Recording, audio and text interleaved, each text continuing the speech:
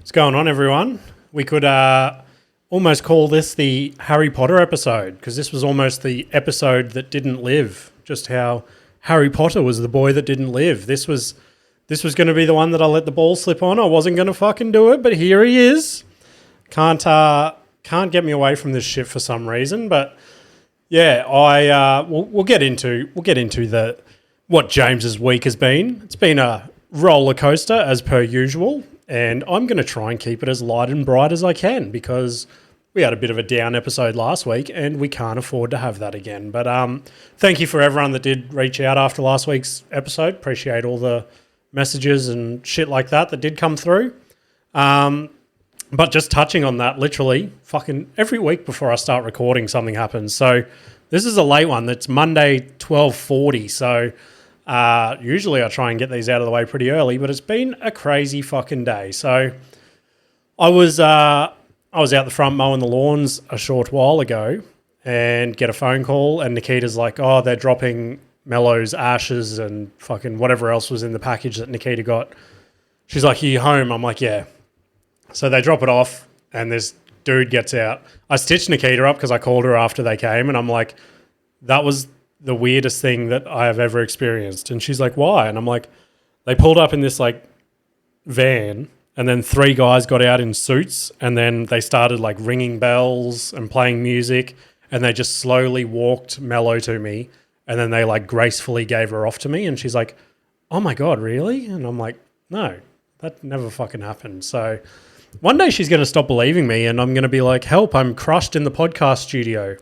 And I'm not going to be found until this comes out on a Tuesday, because obviously I will still do whatever it takes to get this uploaded by then, because I'm a fucking idiot. But yeah, the funny thing was I get the bag in, pull the first little thing out, which is like the ashes thing, and it's got a sticker on it, and it says Mello, and then underneath it it's got Marsden, which I didn't think much by, because Marsden is a suburb close to us, right?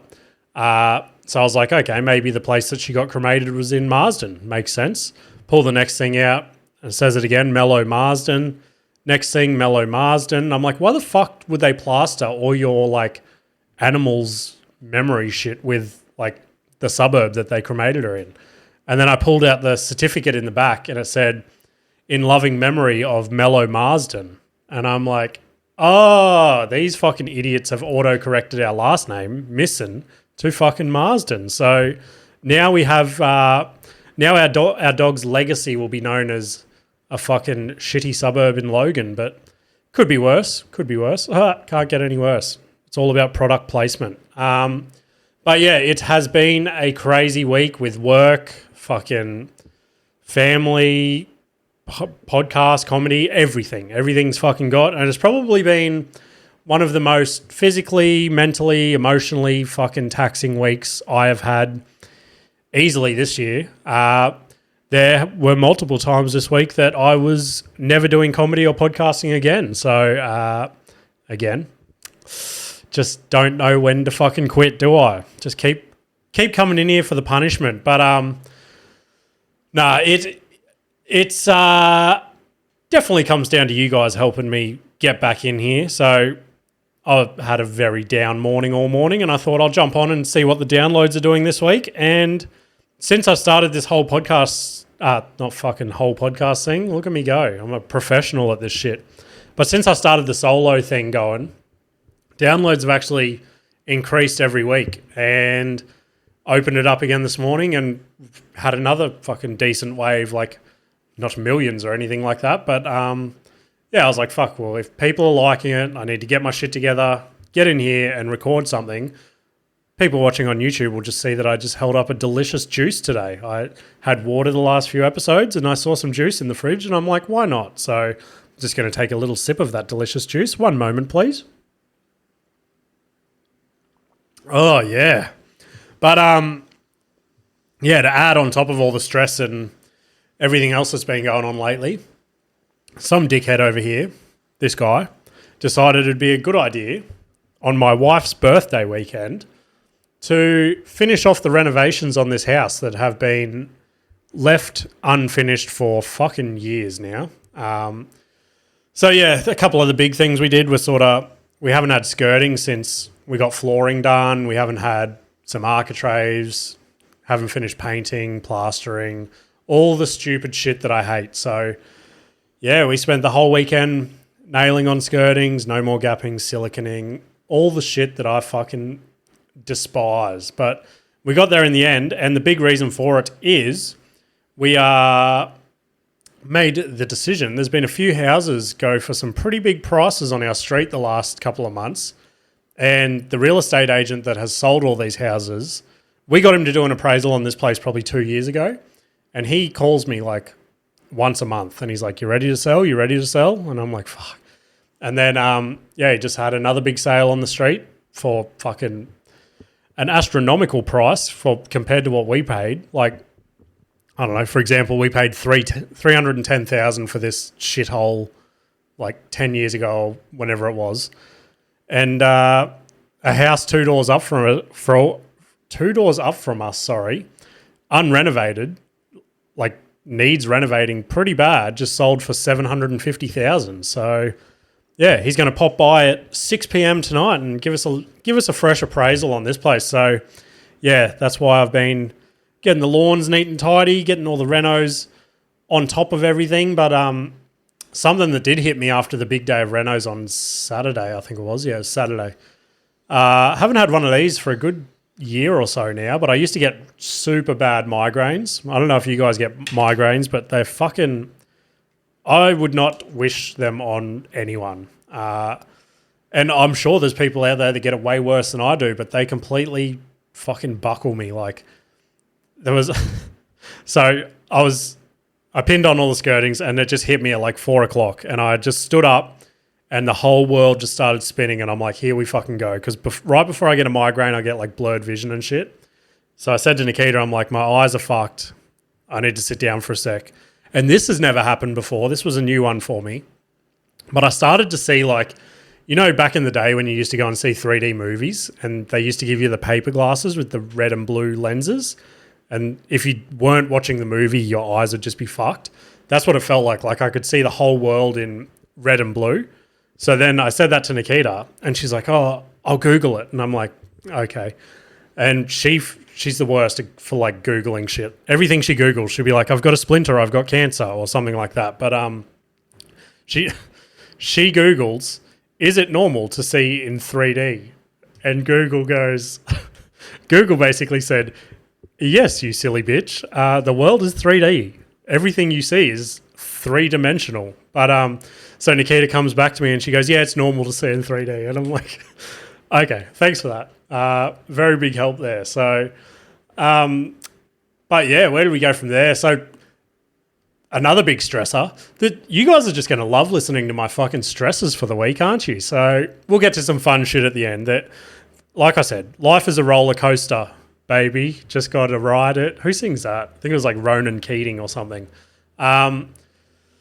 But yeah, the big stressor is work at the moment. So when I started the business, restarted the business again, I basically finished the business because I was getting too busy to the point where I had to make the choice to either expand or fucking stop doing it. And unfortunately, I very quickly hit that spot again. It's very tricky for me to be in like 5 places at once, and also outsourcing a lot of my work because I work out of a like shed at home basically, so I don't have any machinery or anything like that myself. So I have to outsource everything, which is a whole nother stress level because then my work is heavily dependent on how busy they are to get my shit to me, right? For example, the last couple of weeks, been waiting on a job to pay the bills basically, and yeah, because they're in a bit of a busy patch, obviously they're going to push the people they supply to fucking get their own shit done, which makes complete sense. Which leaves me in a bit of a pickle, and then it's just like, oh, I've got to call those clients, let them down. Then I've got other clients that are like so excited to get their job started. And yeah, I sort of had to have that shitty chat with Nikita again this week, and I'm like, look, do we see the business going any further? Because if it is, we're probably going to have to start looking at sheds and trucks and employees and machinery and like easily, if you make that leap in the industry that I'm in, which is fucking shitty cabinet making, if there's any young kids out there, I will give you the word of advice that I got on the first day of my work experience in a cabinet making shed from 4 different tradesmen.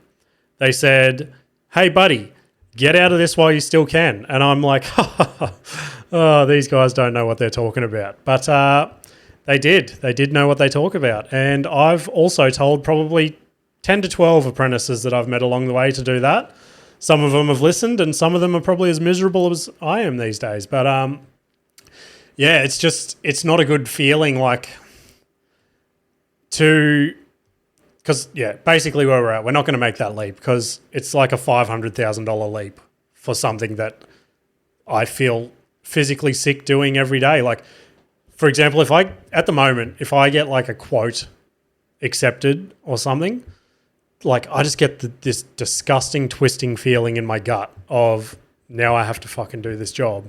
And it's not a good feeling. It's not a good way to live life every day. And yeah, it's unfortunately what I've got to do because I've got no other skills besides cabinet making. So Nikita always says that. She's like, why don't you go do something different? But what am I going to do? Like go start another apprenticeship at 32, be on $15 an hour with fucking 2 kids and a mortgage?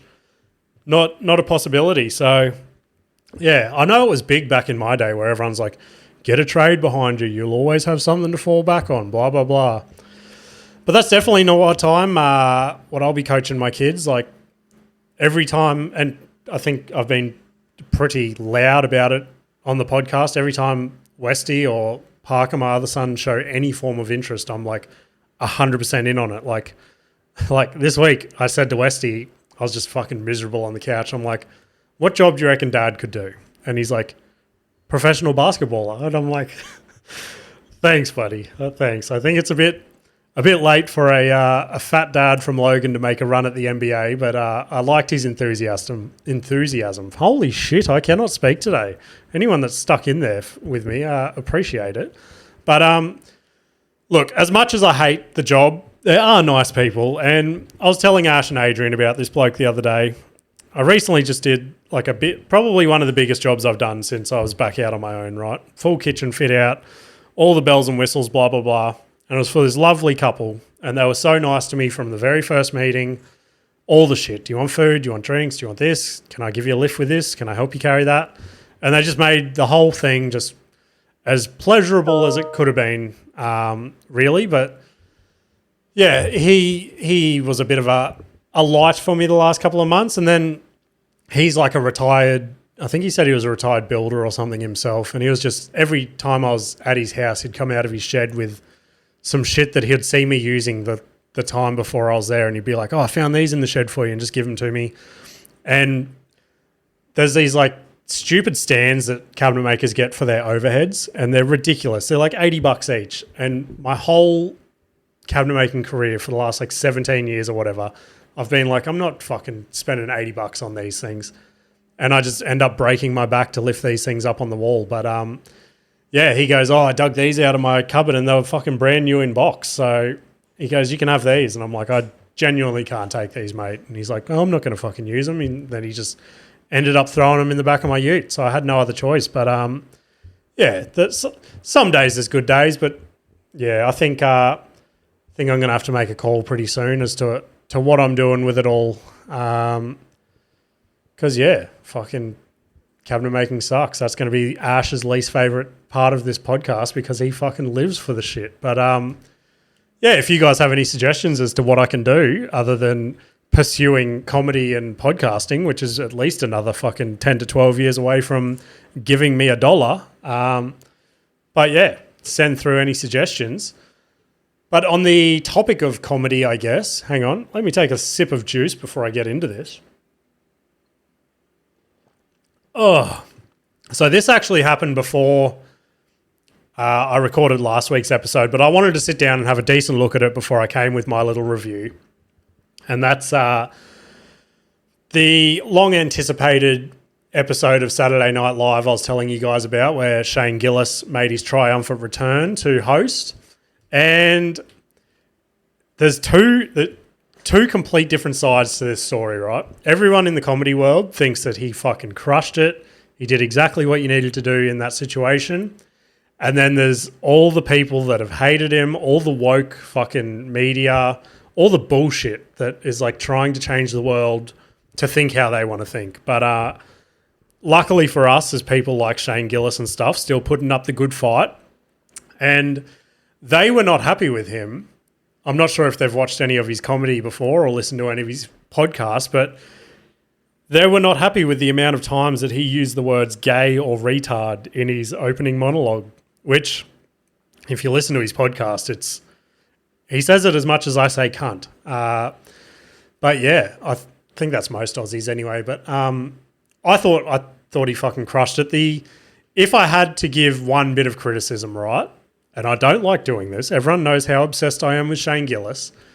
The only bit of criticism is I would have loved his opening monologue to just be like a fresh fucking rip on everything, almost like a whole new set. But he did incorporate a joke out of his special, which I was like, I've already heard this, which a lot of people hadn't heard it, and he still fucking crushed it with it. But it was just a little thing for me that I had to sit there and listen to something that I'd already heard before. But yeah, he even acknowledged sort of the crowd not being into his jokes and shit like that. He had his parents there and he just started ripping on them. But yeah, good times, Shane Gillis. And I'm sure we'll cross paths one day, hopefully. Probably me having my like stand moment outside your hotel, just throwing pebbles at your window or something. But yeah, I did go and see another one of my favourites this week.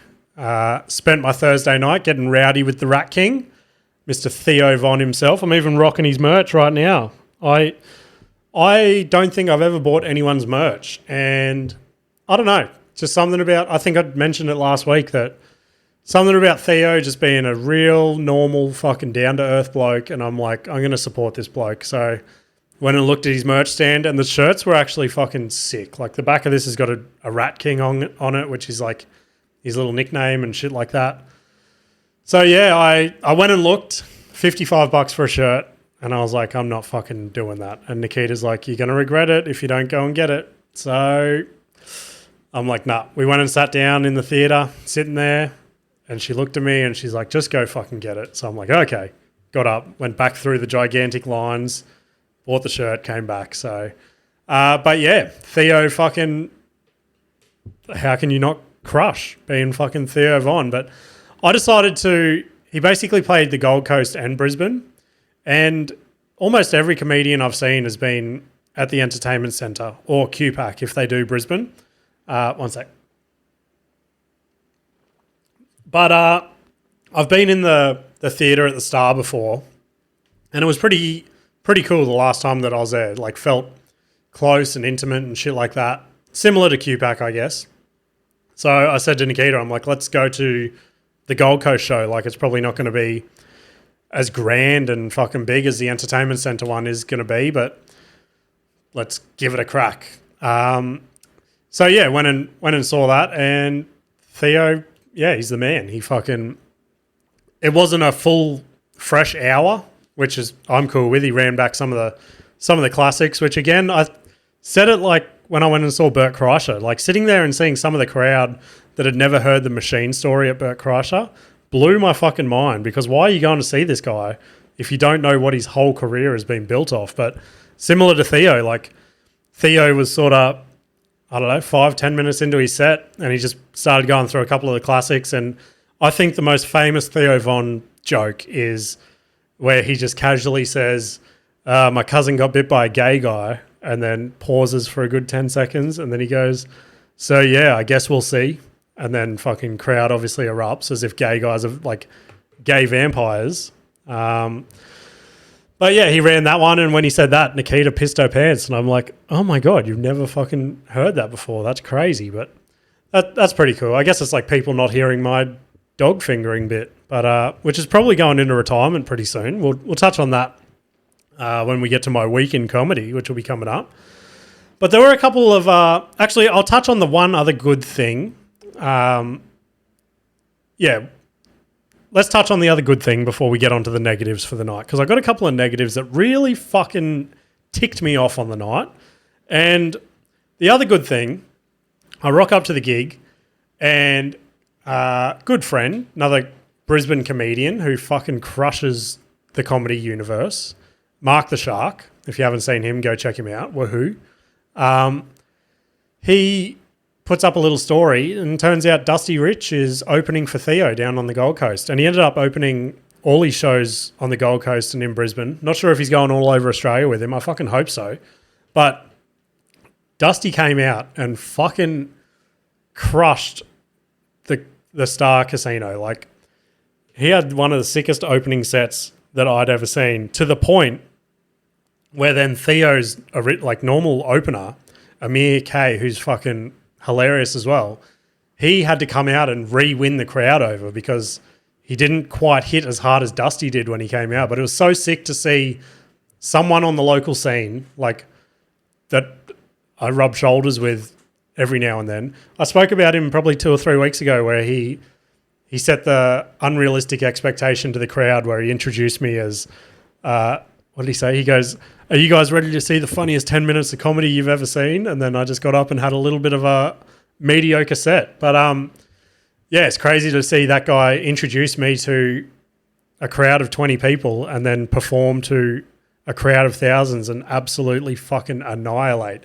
Like, as we were walking out of the theatre, as you do, fucking shoulder to shoulder with a bunch of randoms, there were people in front of me and behind me still talking about Dusty's set after they just saw Theo Von, which is like, that's ideal. Like, hopefully this sets Dusty into the fucking atmosphere. But yeah, so happy for that bloke. But yeah, the downers for the night, right? Here we go.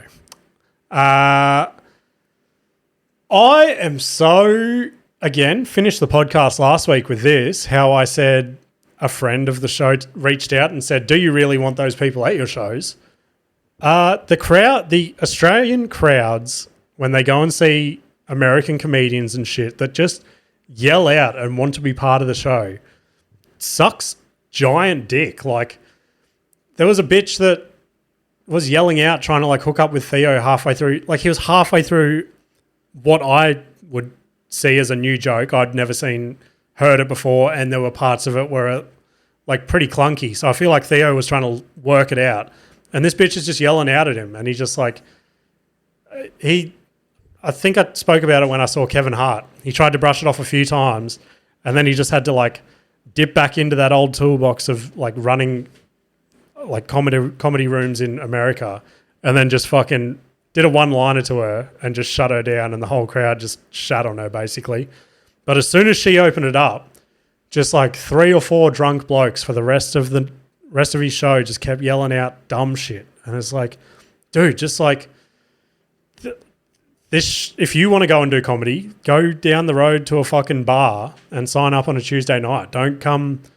Like, Theo has worked on this hour for a reason. He wants to come and do this hour, not for you to add your stupid little do a shoey or fucking whatever racist. Like, some dude was yelling out racist shit, I'm pretty sure, and I was just like, you're a fucking idiot. But yeah, if you go and see a comedy show, unless the comedian like actually reaches out to you and wants you to take part in the show, just sit there and shut the fuck up. And then the other thing, like, and these are all the same demographic of blokes, like just the typical fucking chubby blokey bloke, beard, snapback hat, fucking, like, they're not all like this, but these few give them a bad name, right? And they think they're fucking country and shit, but they're plumbers on the Gold Coast. Like, just because you listen to Luke Combs and Morgan Wallen, you're not a fucking cowboy. So yeah, there were a bunch of them behind me, and in front of me there was this dude who clearly had a fucking disability. Like, he couldn't walk properly. I don't know if it was his hips or his legs or whatever, but he just had this slow limp going on. And I'm like, I'm keeping my space from him, not pushing him or anything. And obviously everyone's super frustrated to get out of a theatre and shit. And I'm like almost trying to use my body to protect this guy from the cunts like nudging me from behind. It's like, we're all going to get out of here. So everyone chill the fuck out. But yeah, just these cunts. And then they notice that he's got a limp. And to go out of your way and audibly rip on this poor bloke about his fucking limp. Like, I was so close to turning around and fucking telling him to shut the fuck up or something. But Nikita doesn't like it when I do that. Used to do that a fair bit back in the day, and I've spoken about it on the podcast before. I've worked all those anger issues deep down inside, and I'm not that person anymore. I'm fun-loving, gentle podcasting comedian Jimmy Misson. But yeah, it fucking really ground my gears to just have fuckwits reach out to people, like just yell out stupid little like slurs and shit to someone who clearly has a disability. Like, shut the fuck up. The other thing that got me, and this was my tipping point of the night.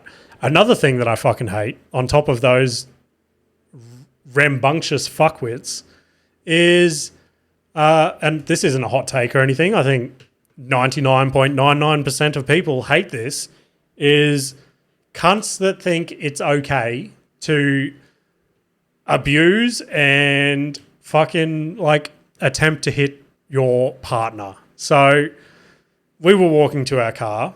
If you haven't been to the Star Casino on the Gold Coast in a while, the last 12 months or so, the car park has been a fucking nightmare. They're doing renovations on it.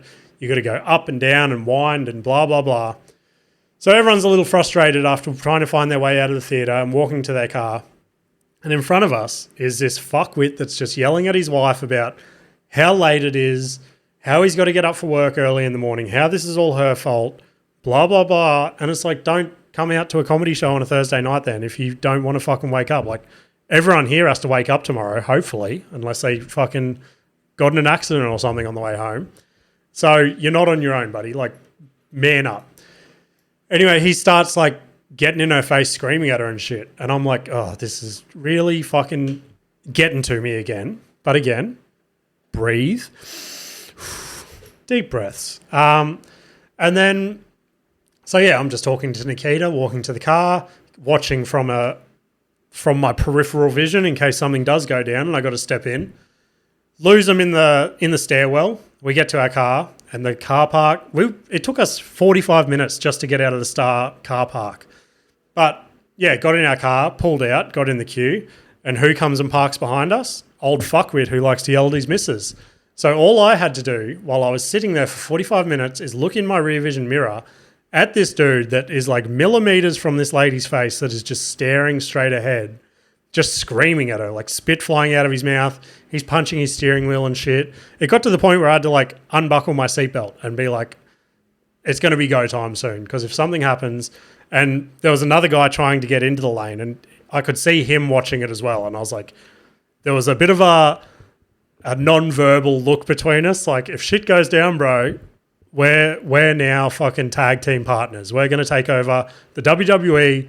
We're going to headline the Elimination Chamber at Perth next week. That's a callback to last week's episode. Oh, shit. The podcast king is back. I'm going to take a sip of my drink after that. Sorry about that little rant there. Shit like that just really gets on my nerves and I can't stand it. But other than that, Theo Von, fucking weapon. Go check him out if he's in one of your cities in Australia, or fly to America and see the bloke, or just listen to his podcast. It's fucking hilarious. But yeah, going straight from that, we might as well touch on my week of comedy. Like I said, I didn't have much lined up the week just gone. The only thing I had was my Raw semi, which, to be honest, and some people who listen to the show will know because I was messaging them and shit, I did not want to fucking go to that. Like, I don't know. It just really got to me this week that I didn't really want to be part of it. And I think I've got one spot of Raw, like one, you get to do Raw 3 times, right? I've done it twice now. And leading up to this one, I was just like, I don't think I want to fucking put myself through this for a third time. Like, I said it time and time again. And then again, next year sign-ups will come and I'll be like, oh, it'll be fun to do. But like, there's just something about making comedy a competition. It's so subjective to your style of comedy, who thinks you're funny. Like, and like, I think, again, I touched on it last week. There were multiple people that made it through to the semi that I was on that got spots at sit-down comedy leading up to the semi. And it's like, well, if you want, like, if it's an even playing field, then we should almost hold a showcase night of people that made it through so that people aren't getting an unfair advantage. But that's just a sooky little fucking wham from me again. But anyway, went there, wasn't feeling it, spent the whole time in the green room just fucking chilling out. Do you know what I spent the whole time doing while I was preparing for my Raw semi? I played Tetris in the green room. Every now and then another comedian would come up to me to have a chat. I'd have to quickly close Tetris so I didn't look like a fucking loser. But yeah, that's how I kept my nerve at sit down last night. And this is probably one of the worst crowds I've seen in a comedy club ever.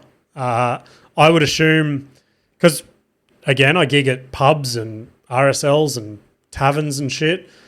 You'd expect shit crowds there. Like, you're interrupting their Tuesday, Wednesday night, something like that, to tell you stupid little dick jokes, try out new stuff, and they're like, get the fuck out of my space and let me eat my chicken parma in peace. But at a comedy club, you're like, well, you've come here to laugh, so why don't you let some little giggles out of your mouth there, champ? But yeah, no one could break these people. Everyone, I don't think there was a crush last night. There were times where people got some pretty solid laughs, but no real crush from start to finish, which I got up. I was considering the crowd. I was happy with my set. I had no one there to support. A lot of the other people sort of did, so they had them laughing for them. And I feel like I got pretty good laughs from a room of people that didn't fucking know me. So I was happy with my set. I didn't put any expectation on getting through. Like I said, I didn't think I was going to get through. I didn't think there was any way I could. So I got off feeling pretty good after my set, went up the back. There were 3 or 4 comedians there that sort of pulled me aside. They're like, that was probably one of the best sets of the night so far. And I'm like, okay, thanks. Just it's a polite thing to say when someone comes off stage. And then one of them goes, oh, I was watching one of the judges upstairs and he was fucking howling at your shit. And then when you finished on your dog bit, he started clapping before you even said, like, thank you. And I was like, oh, shit, that's fucking good. So then stupidly get into competition mode and I'm like, oh, watching every other set. Oh, fuck, was I better than that? They got a laugh here. I didn't get a laugh there. And then I was like, you're a fucking idiot. Pulled Tetris out again, kept going. And then I just wanted to go home. And I was like, I need this to fucking be over. So it was weird. It was, it was probably the last place I wanted to be last night, especially it was Nikita's birthday yesterday. So I felt like a bit of a dog just going to somewhere I didn't want to be to take place in a competition that I wasn't going to proceed in. But it's part of the journey, part of the reason I'm in here recording this today when I didn't fucking want to. So, yeah. And that's, hopefully you guys didn't take that the wrong way and I sounded like a whiny little bitch. But so speaking about taking things the wrong way, Nikita freaked out yesterday. Like I said, it was her birthday and my mum comes around with all her presents. Sometimes my mum can go like a little overboard with presents. So Nikita's like, I'm limiting you to 5 presents or something like that. So mum, sure enough, got 5 parcels, but in each parcel was like multiple things. So Nikita gets to like the 3rd parcel and she's opening it. And without thinking, she goes, oh my God, you can leave now. But like she meant because she got too many presents already. And she's like, oh. And then when mum left, she like freaked out to me. She's like, do you think your mum took that the wrong way? And I'm like, I don't know. Like, don't fucking overthink everything. But yeah, that wasn't really part of my week of comedy. It was just something that came into my brain then. So you're welcome.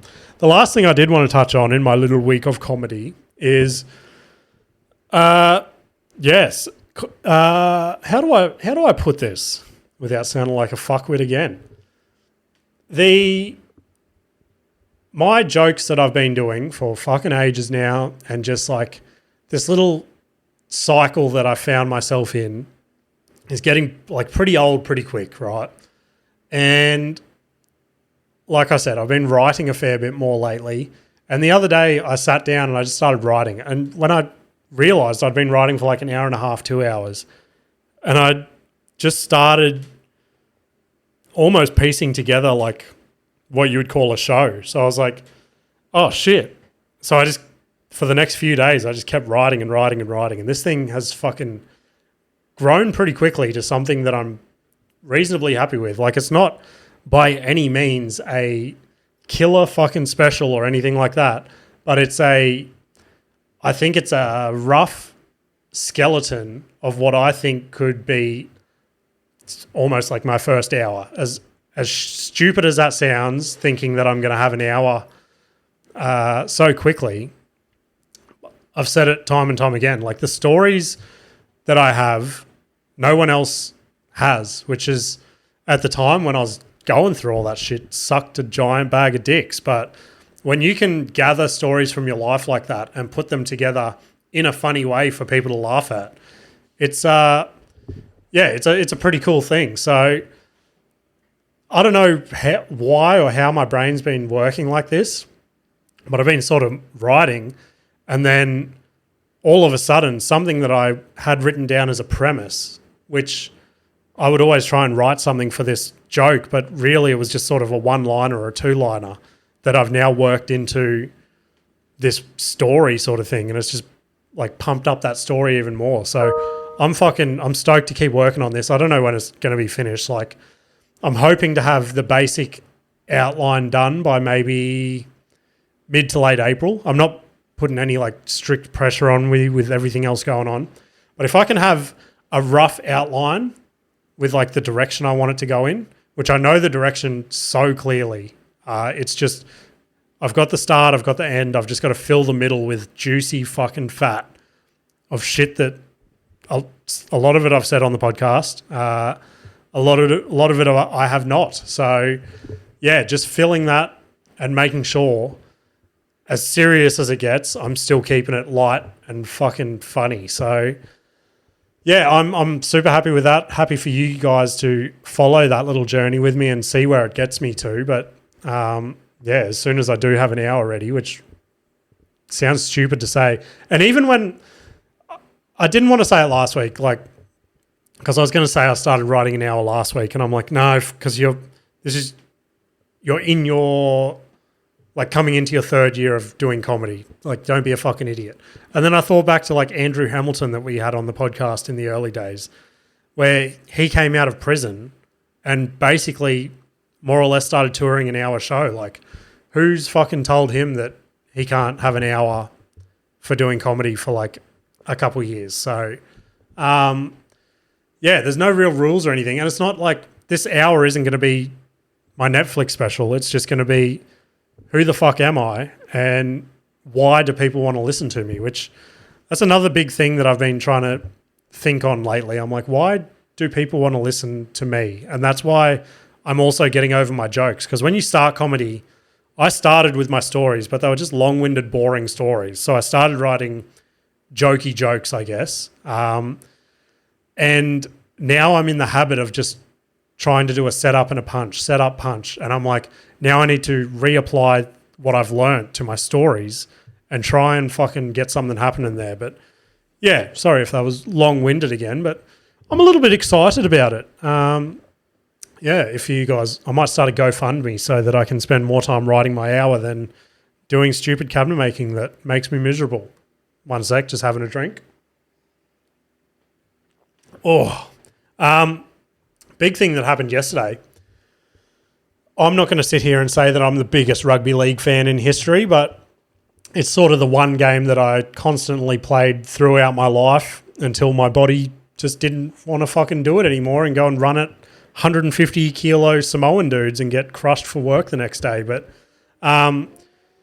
bit of history got made yesterday. The NRL finally got played in America. Bit of a showcase. I think it was the Rabbitohs and Sea Eagles and then Broncos Roosters. So 4 good teams to take over there and show everyone what we can do. I'm surprised Melbourne Storm didn't go over there, to be honest. But yeah, a couple of good games. I didn't watch the Broncos game. Mainly the only reason I wanted to watch the Rabbitohs and Sea Eagles is just to see them run out in an NFL stadium, which it was pretty fucking sick. The only thing I wish is that they did sell the stadium out so it was like a Super Bowl crowd.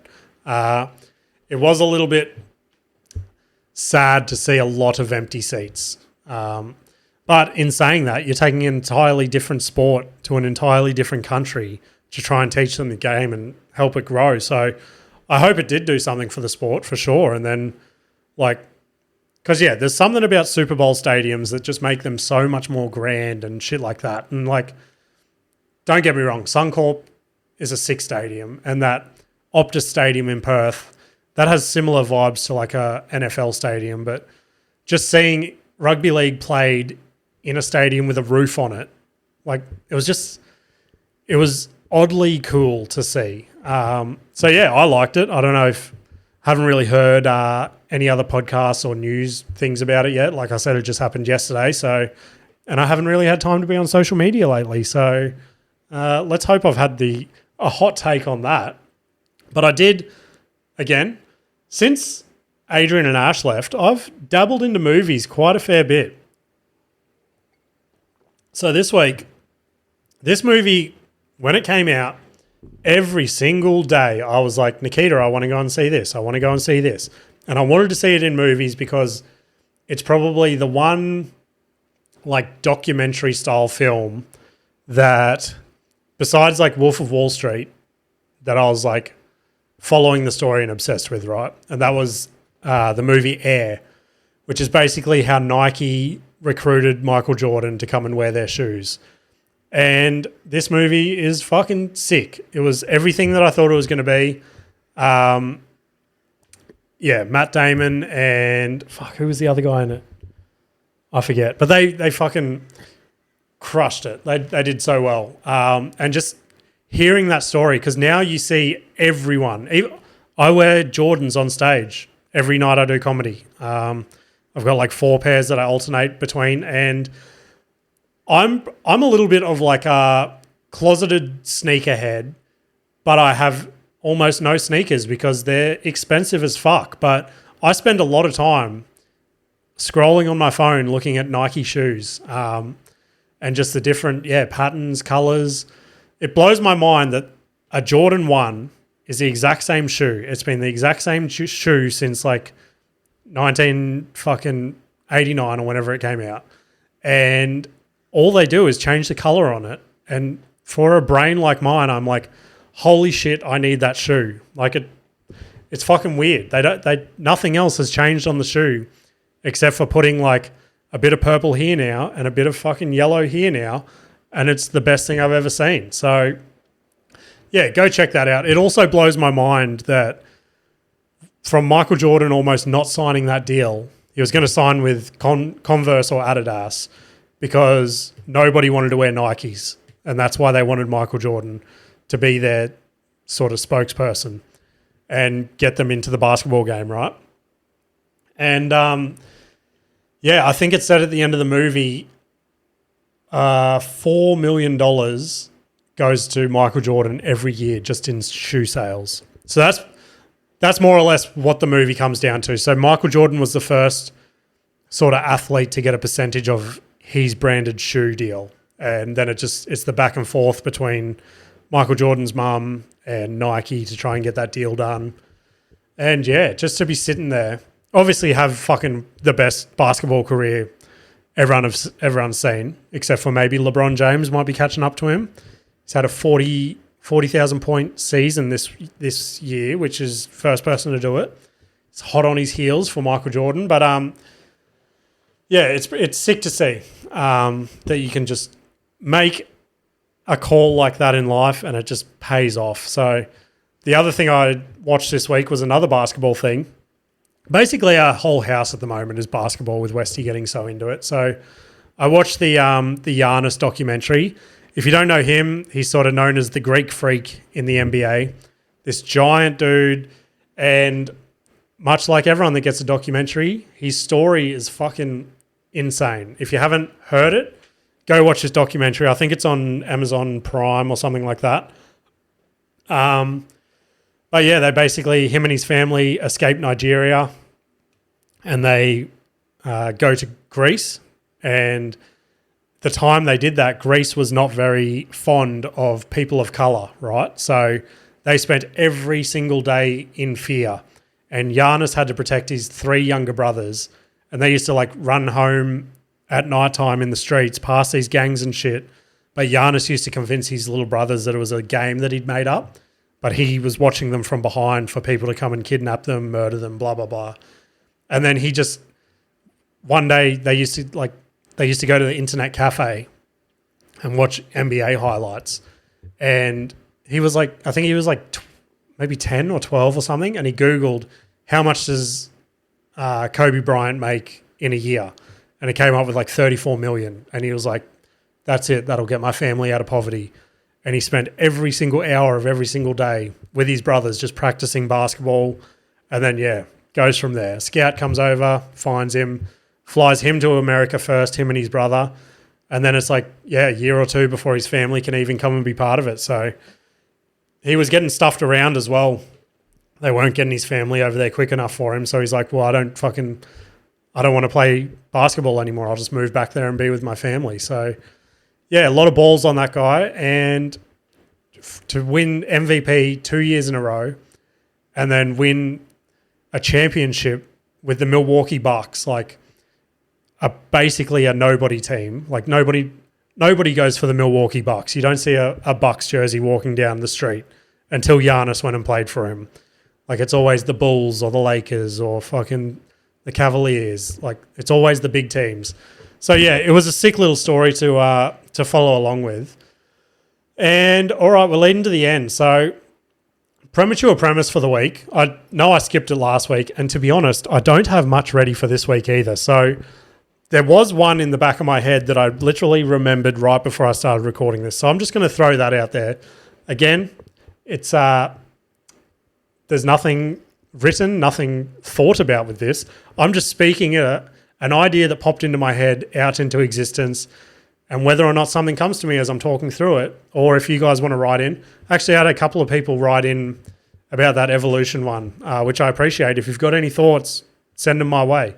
But this one was basically a stupid little thought I had about there should be a list of funeral songs that you're allowed to choose from, because there are a couple of songs that Nikita's mum got played at her funeral, and now if they randomly come on a playlist on our TV or in the car or something, it's like a race against time to skip it before Nikita starts to feel feelings about her mum and shit like that. So part of me was like, there should almost be a list of songs that you get to choose from for your funeral. And that list of songs should just be from like sexual predators and shit that are like blacklisted now anyway, that we shouldn't be listening to their music anymore, like R. Kelly and Michael Jackson. Again, super loose premise, but let me know if you think that's funny or a piece of shit. Again, not really my style of comedy or something that I'd do on stage, but a stupid little thought that I thought of that could be a one-liner in something eventually, but let me know what you reckon. And then to wrap up, my motivational clip of the week, it was between this one or one from Seth Rogen, and they're both pretty well the same, along the same lines, but I chose this one just because it's a little better worded. And it's from Alex Hormozy, who's like, he's taking over the world at the moment with people like Chris Williamson and stuff about the whole looking after yourself, looking after your brain, looking after your body, blah, blah, blah. And I actually really like this guy. Like you look at him, he's always just got a raggedy old flanny on with a little dirty looking snapback, but his brain is fucking ginormous. So he's also a multi-millionaire with his wife. So I'll play it now. I'll probably play the Seth Rogen one next week, just because, again, it's a fucking sick clip and I don't want to lose it. But let me get this up here for you guys. Hang on. You know what he's gone and done? So this week I wanted to make sure that I had the sound right. So I just focused on the sound while I came in here, and this dickhead didn't get his screams right this week. Next week, I promise this is going to be fucking seamless. All right, here we go. You ready? promise you, every single person who wants to do something with their life and has done something with their life has gone through the exact chapter that you're going through. And it's the lonely chapter. It's the chapter where you don't fit in with your own friends, but you don't have the outcomes yet to fit into a new group of friends. And you're doing this thing, you're consuming content on the internet, you're doing these free tutorials online to try and figure out how to set up a podcast and where do I host this thing? And you're going through this and you're like, is this even worth it? Because you have no signs of success, right? But if there's anything that you can take away from what we're saying right now is that the sign of success is the hate that you get along the way. And what you can't do is bend the knee to their hate and fit back into the conformity because it's comfortable and it's warm. Because like in the Matrix, when Trinity opens the door, when Neo's about to go take the red pill and he wants to get out of the car, she says, Neo, you've been down that road and you know exactly where it leads. And I know that's not where you want to be. And then he closes the door. Like right now, this moment that you're going through is Trinity opening the door and being like, you could go back, but then you'd have to remember exactly what the reason was that you decided not to go out to begin with, just because you listen to this podcast and you consume this content and you're like, I can fucking do more than this.